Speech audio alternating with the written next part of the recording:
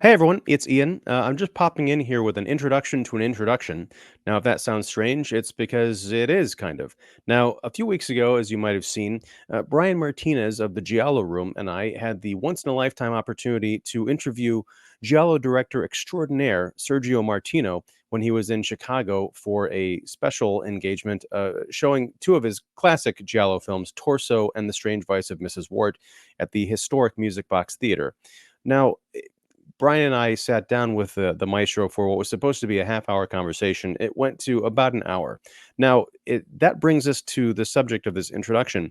Instead of dropping viewers into a random conference room where people are talking about movies and half of them are talking in Italian, we thought we'd do an introduction to the video. Well-intentioned, sure, but was supposed to be 5 minutes, ended up being about 20 minutes. Way too long for anybody to sit through. However, there was some good stuff in there.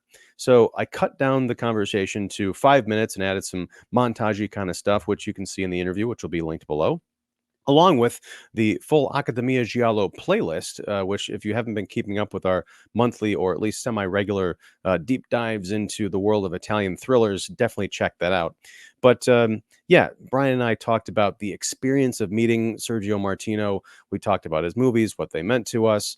We talked about meeting Alice, the translator, who helped us out a great deal during that conversation, and as well as going to a special private reception at the Music Box Lounge the night after this recording, where we got to hang out with Sergio and take some pictures. And you'll also find out what's going on with I still get the over the shoulder thing mixed up, but that J&B bottle back there looks a little different than it usually does in the shot. So you'll find out what's going on there, as well as an update to a bit of set decoration in Bryan's studio as well. So let's see. Also, you'll find out what happened to John Kitley and AC, our other faculty members of Accademia Giallo. Why weren't they part of the interview? You'll learn that. Also, there was a query put out on the Giallo Room Instagram, which you should also be following, looking for questions for the maestro. And yeah, our time was, how do I put this? Our time was very short, even though we went long, but we had very little time to cram in extra questions other than the ones we had prepared. So even though a query was sent out for audience questions, we didn't really get to them except in the capacity of integrating some of the flavor of them into our official interview questions. However, at one of the post-screening Q&As, which Brian was able to record, Sergio Martino did address one of those fan questions, although he didn't really know he was doing it for our show, because he wasn't. It was just a happy coincidence. Anyway, that footage is also at the end of this video, along with a special little tag you'll definitely want to stick around for.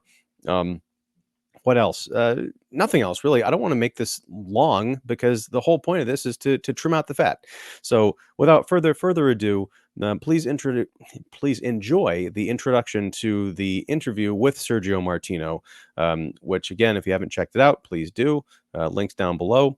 Also, if you like the video, if you like the intro, if you like the interviews, if you like everything we do here at Kicking the Seat, please like, subscribe, ring the bell for notifications. Definitely do that, because there are a couple of people who reached out and said, I didn't even know you interviewed Sergio Martino. I didn't get the notification. Well, thanks, YouTube. Anyway, you can do your part by ringing the bell. Sometimes you have to do it more than once, unfortunately.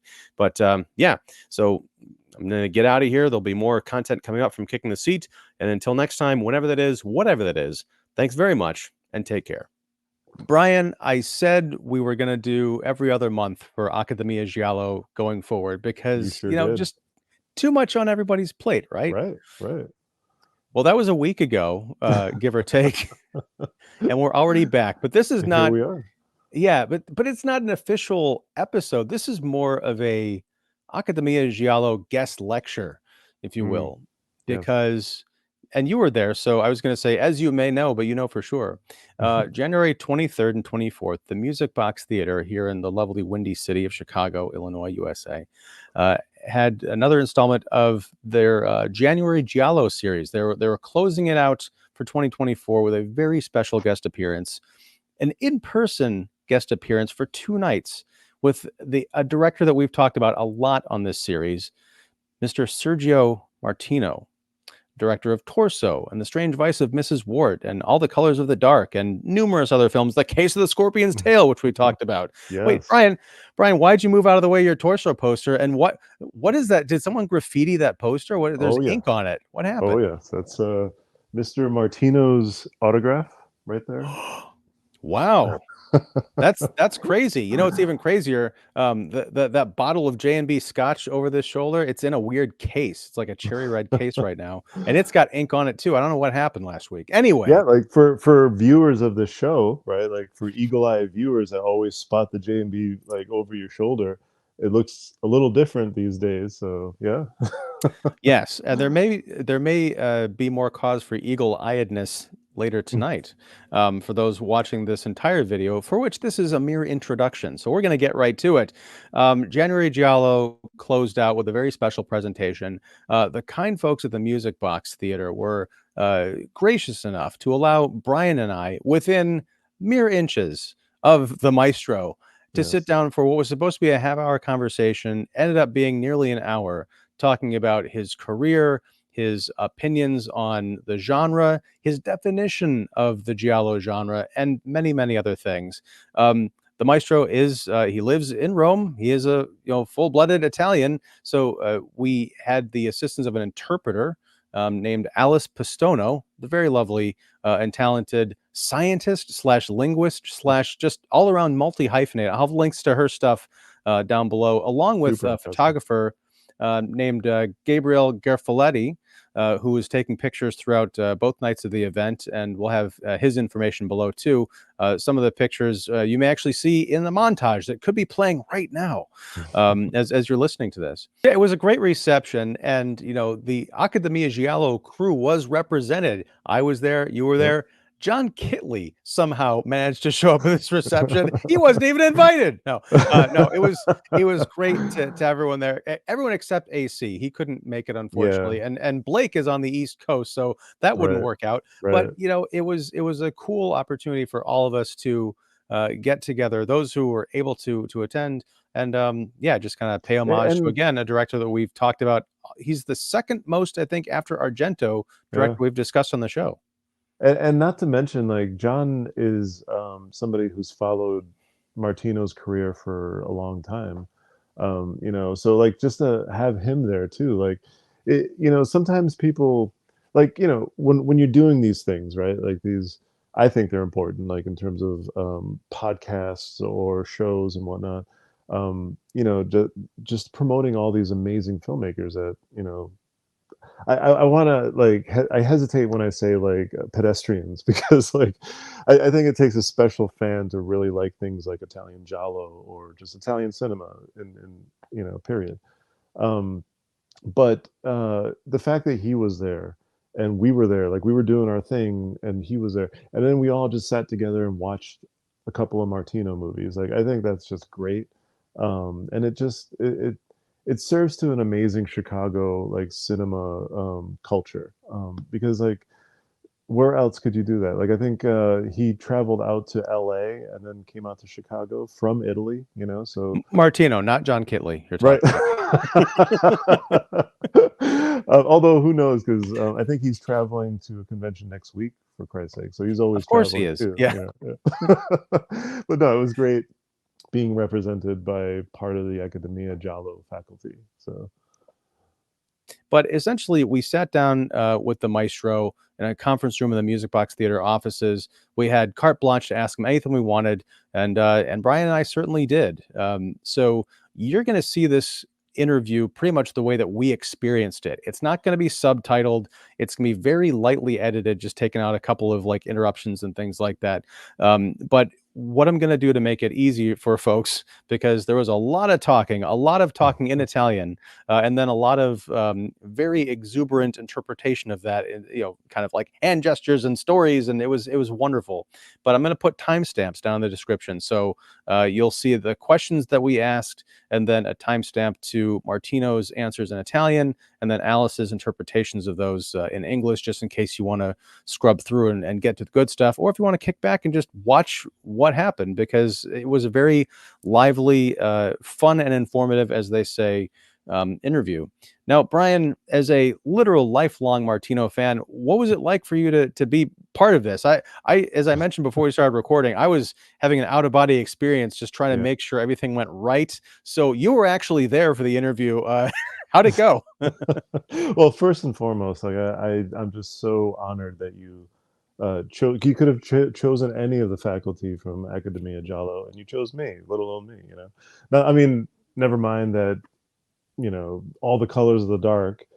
I watched when I was like 8 years old, and that was before I even knew what a giallo was. So technically, that's my first experience with Italian cinema, right? And I'm standing just a couple inches away from the guy that made that film. So for me, I just got to say that I was happy that this is your platform and you were in charge of like the camera and all that stuff, because that just left me to just like stare at him and be like, wow, he's like right there. Like this is the whole time. And like I don't know. Oh, Sorry. still excited. I see. I gotta stop with the hand gestures because I forget that I'm like um I don't have the earbuds in that I usually do. Mm. But try to get it exactly how I had it. So it's not weird. Um so as I was saying,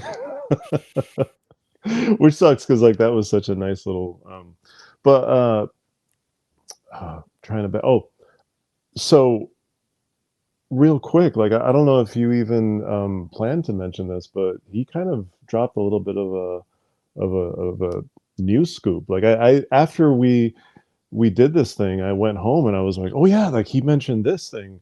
I searched for it and like I didn't see anything other than a few little Italian notes or whatever. But the fact that like this film behind me like might uh come out like in a new form like in the future sometime, like that's, oh my god, like that.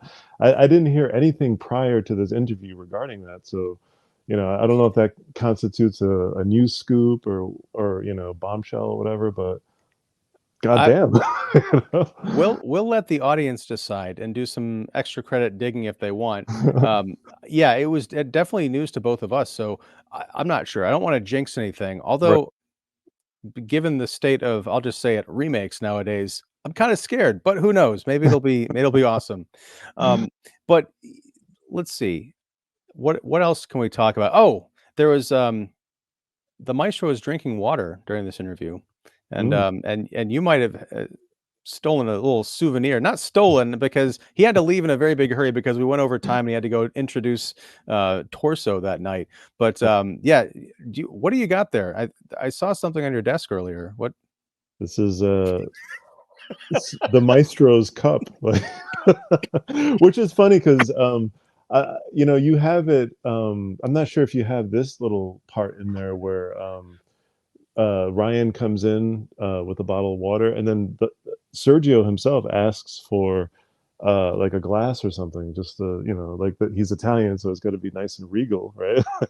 So Ryan comes back with a cup and then pours water into the cup for the maestro to refresh himself after in between questions and answers and whatnot. So here it is. So you've got a true souvenir. Yes. So wait, that was very like a commercial. I'm gonna put the J and B logo on there or something. But, no, so the next night actually, because I couldn't stick around for Torso, you did, and there was a Q&A, Mhm. with, Sergio and also with Alice. The next night was The Strange Vice of Mrs. Ward, but before that, there was a private reception in the Music Box Lounge, Yes. that we got to attend, and that was cool because Sergio, I can call him Sergio now. He was there, and he was, like, talking to people, engaging with fans, signing autographs. I still can't believe the guy's 85 years old. Yeah. But, Crazy. yeah, that was a cool experience too. What did you, make of the reception? I thought it was like just so like, you know, watching him and interact with his fans.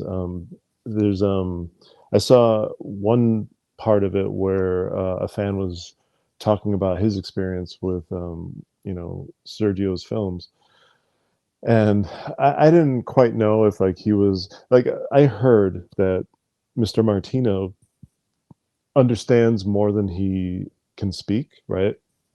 So this particular fan was like explaining to Sergio all this stuff, and Sergio was just like, nodding his head. And at one point, I was like, I wonder if if he's understanding him, And then there was one particular, I forget exactly what it was, but there was one particular thing that the gentleman said to Sergio regarding a specific scene, and right when he said it, it was like I even smiled because I thought I again I forgot what exactly he was talking about, but Sergio smiled at the same exact moment.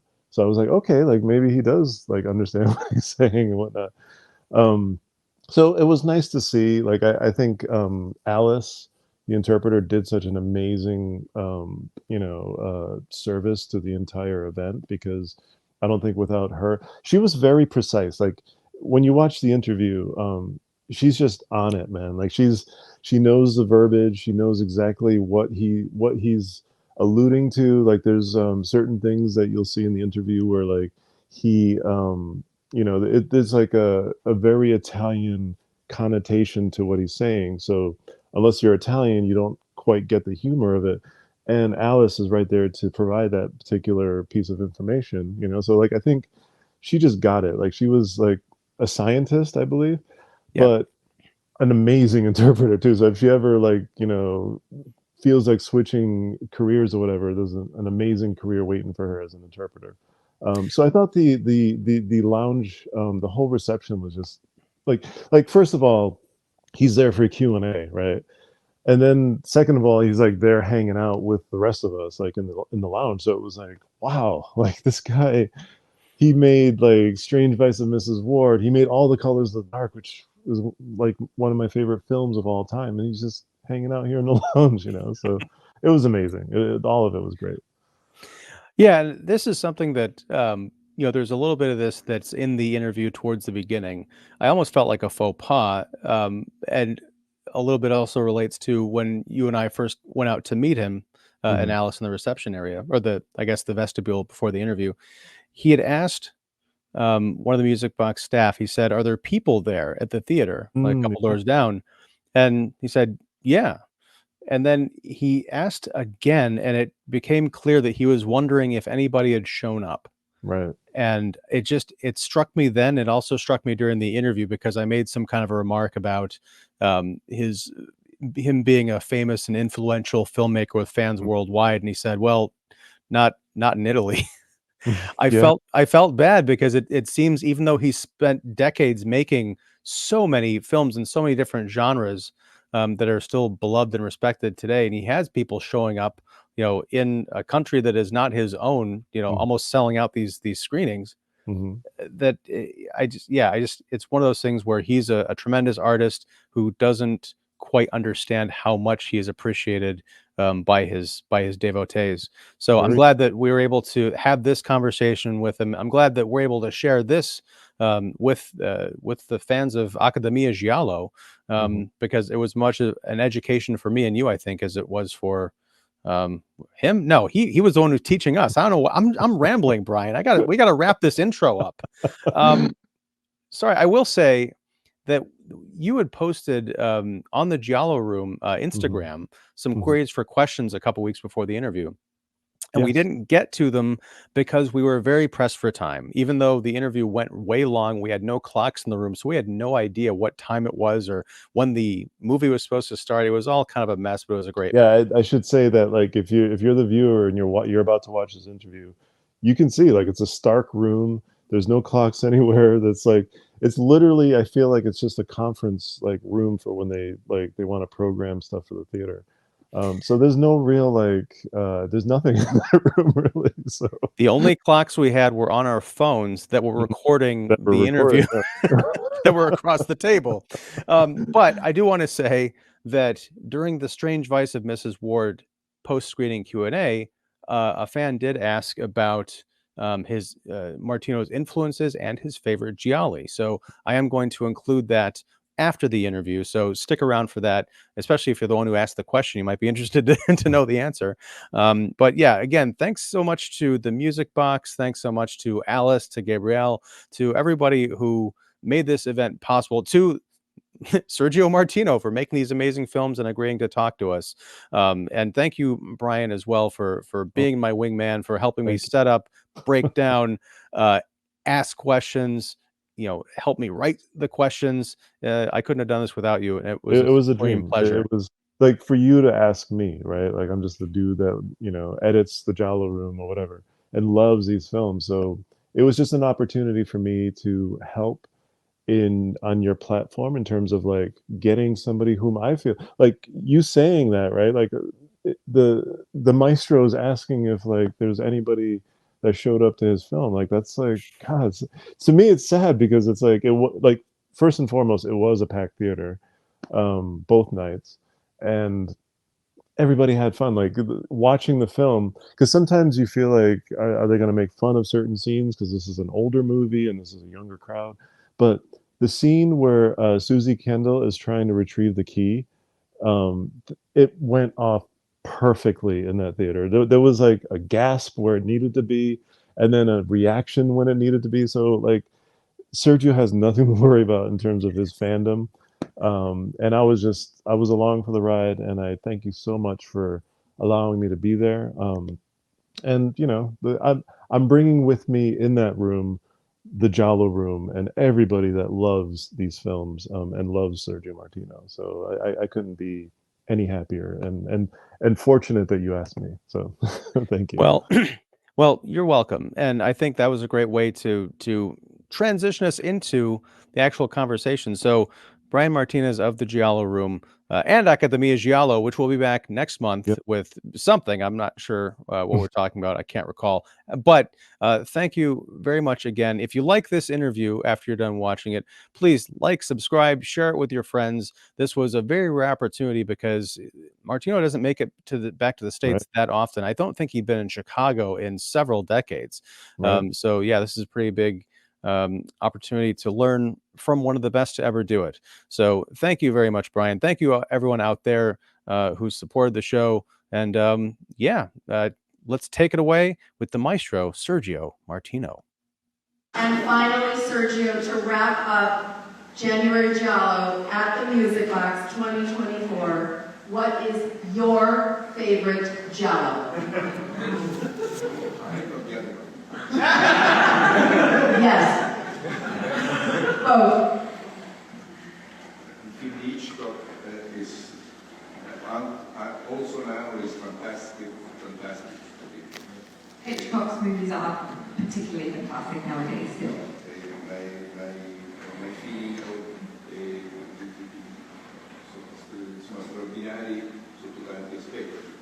I miei film gialli, quello che posso dire personalmente, che appunto sono molto più affezionato a tutti i colori del buio, che ho girato qui anche nel Cielo dell'Inghilterra, quindi di conseguenza che lo ricordano molto piacere, perché un film anche lì in cui il personaggio non poteva sembrare troppo solare nella figura della fede, però riuscì a rendersi incredibile quel personaggio che doveva vedere tutte le cose in produzione. So Hitchcock's movies are obviously timeless and still beautiful to this day. I could never say no to those. If I have to talk about my own movies, The Colors of the Dark is probably my favourite. Primarily because even though I was not from Chicago, I did say Chicago was a little out of London. We had some shooting in London, and we also had a character, Fennec, who might have been a little bit too bubbly and witty for that, but she actually turned out amazing in that production, so I'm proud of that.